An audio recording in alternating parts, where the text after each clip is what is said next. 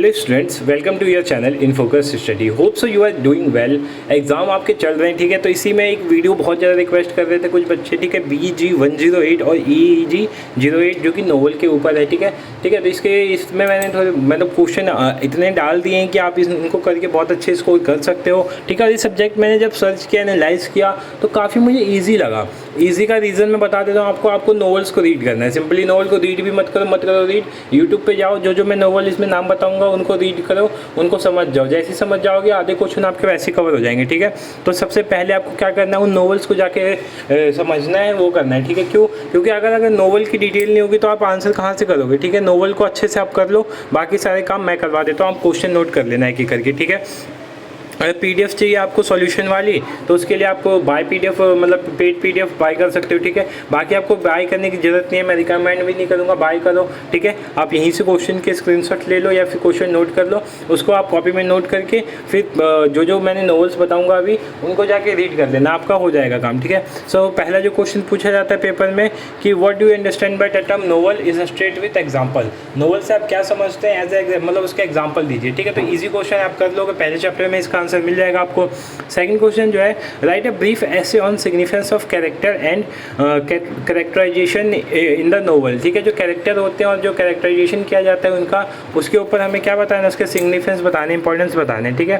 Third question है, what do you understand by the characterization and narrative mode in novel. Same question है, थोड़ा सा change कर दिया गया, नैरेटिव मोड भी बताना है इसमें, ठीक है। तो ये तीनों क्वेश्चन जो है काफ़ी रिपीट हुए हैं, तो इसलिए मैंने इनको ऐड कर दिए। तो तीनों क्वेश्चन को आपको अच्छे से देख के जाना है। और ये देखो पहला पे इसमें ना 8 या 9 क्वेश्चन होते हैं, उसमें से 5 क्वेश्चन अटैम्प्ट, 5 या 6 अटैम्प्ट करने होते हैं, 2 20 नंबर के होते हैं, 4 10 नंबर के होते हैं और शॉर्ट नोट्स में कुछ क्वेश्चन होते हैं, ठीक है। तो यहीं से सारे क्वेश्चन बनेंगे आपके, ठीक है। तो ये होता है। तो इसमें से जो पहला क्वेश्चन होता है कंपलसरी होता है, वो नोवेल के बारे में ही होता है। तो पहला चैप्टर को तो आपको अच्छे से करके जाना है, ठीक है। थर्ड फोर्थ क्वेश्चन देखते हैं, what are the different types of novel. कौन कौन किस किस टाइप के नोवेल होते हैं। Can the novel release by entertaining, ठीक है। तो ये क्वेश्चन भी आप देख लेना, अच्छा क्वेश्चन है। नोवेल के कितने टाइप होते हैं और जो क्वेश्चन होता है वो रिलीम्स करता है, मतलब इंटरटेन करता है या नहीं करता है, ठीक है। अगला discuss the author treatment of the French revolution in a tale of टीट हो गया, वो टेल है, ठीक है। टेल ऑफ 2 सिटीज़, ठीक है। काफ़ी अच्छी नोवेल है, बहुत ज़्यादा बिकी थी नोवेल। मैंने जब इसके बारे में पढ़ा तो बहुत इंटरेस्टिंग नोवेल है, ठीक है। अगर आप बोलोगे तो मैं नोवेल्स भी एक्सप्लेन कर दूंगा, ठीक है। अगर टाइम मिला तो मैं एक्सप्लेन कर दूँगा, कमेंट कर देना आप। बाकी आप नोवेल खुद भी कर सकते हो, ठीक है। टेल ऑफ 2 सिटी बहुत अच्छी नोवेल है। इसमें 2 शहरों के बारे में बताया गया है, ठीक है। उस टाइम ब्रिटेन और पेरिस के बारे में बताया गया है, ठीक है। जो रेवोल्यूशन स्टार्ट हुआ था उसमें जो अमीर फैमिलीज़ होती हैं और गरीब फैमिलीज़ होती हैं, ठीक है। उन अमीरों में एक पर्टिकुलर पर्सन था जिसके बारे में कहानी है, ठीक है। कि मतलब वो लोगों का, गरीब लोगों का भी भला चाहता था, लेकिन जो गरीब लोग थे उस टाइम फ्रेंच रेवोल्यूशन में, उन्होंने भी उसका कैसे, उसके साथ क्या क्या किया, क्या नहीं किया, ये सारी चीज़ें आप पढ़ोगे इसमें, ठीक है। तो जो इसमें था ऑथर था, उसकी ट्रीटमेंट क्या थी फ्रेंच रेवोल्यूशन की, ये बताना है आपको, ठीक है।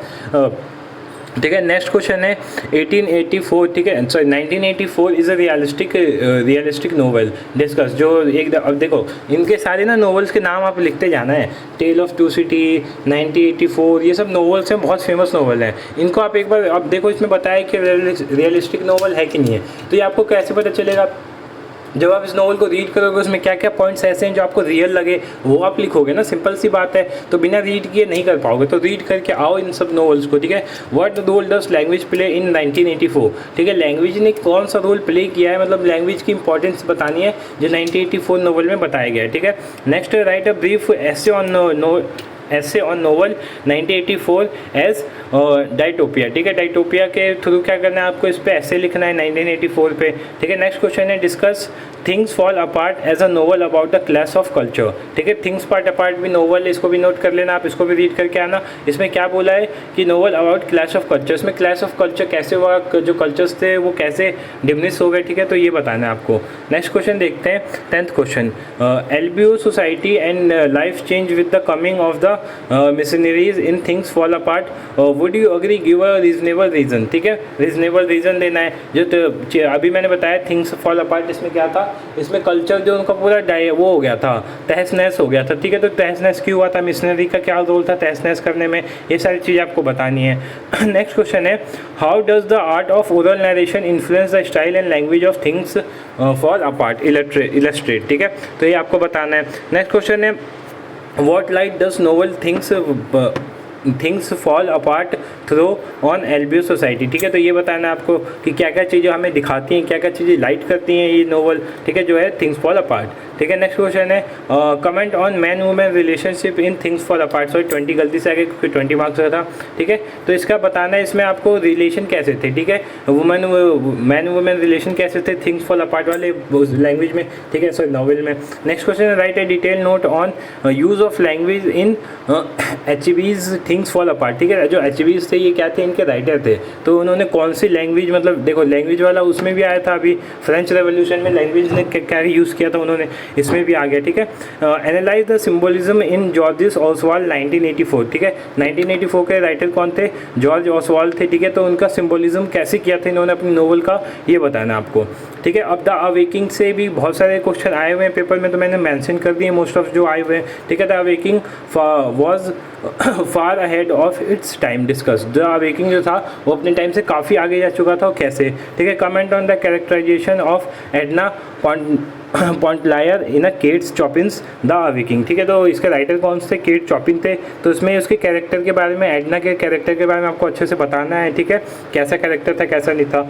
Examine the awaking from feminist prospective. ठीक है, फेमिनिस्ट पॉइंट ऑफ व्यू से, फीमेल पॉइंट ऑफ व्यू से आपको क्या बताना है, द अवेकिंग के बारे में एक्सप्लेन करना है। फिर उसके बाद सिंबॉलिक नोवेल कैसे है। ठीक है, जो द अवेकिंग है वो सिंबॉलिक नोवेल कैसे है वो बताना है आपको। ठीक है, ये अच्छे से कर लेना, इंपॉर्टेंट क्वेश्चन है।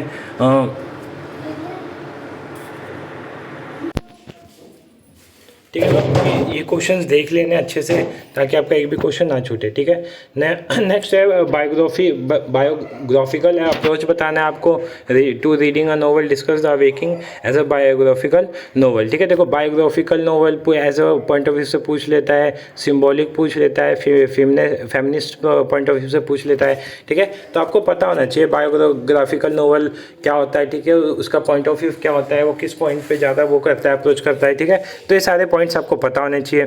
Comment on the reception to the publication of the awakening in 1899। ठीक है, अगला है examine the awakening as a psychological point of view. ठीक है, तो पॉइंट ऑफ व्यू वाले क्वेश्चन आपको पता होने चाहिए। देखो आपको नोवेल के बारे में पता है, बस अब आपको ये पता होना चाहिए साइकोलॉजिकल पॉइंट ऑफ व्यू क्या होता है। ठीक है, बायोग्राफिकल पॉइंट ऑफ व्यू क्या होता है, सिंबॉलिक पॉइंट ऑफ व्यू क्या होता है, तो ये पता होंगे तो आप लिख लोगे।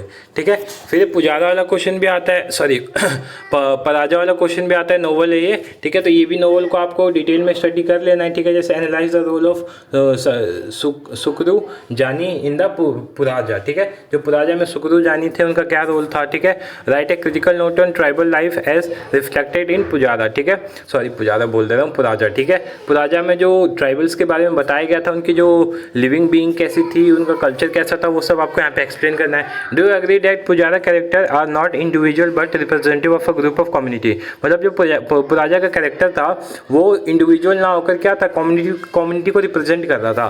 तो क्यों कर रहा था, अब ये नोवेल पढ़ोगे तो पता चल जाएगा।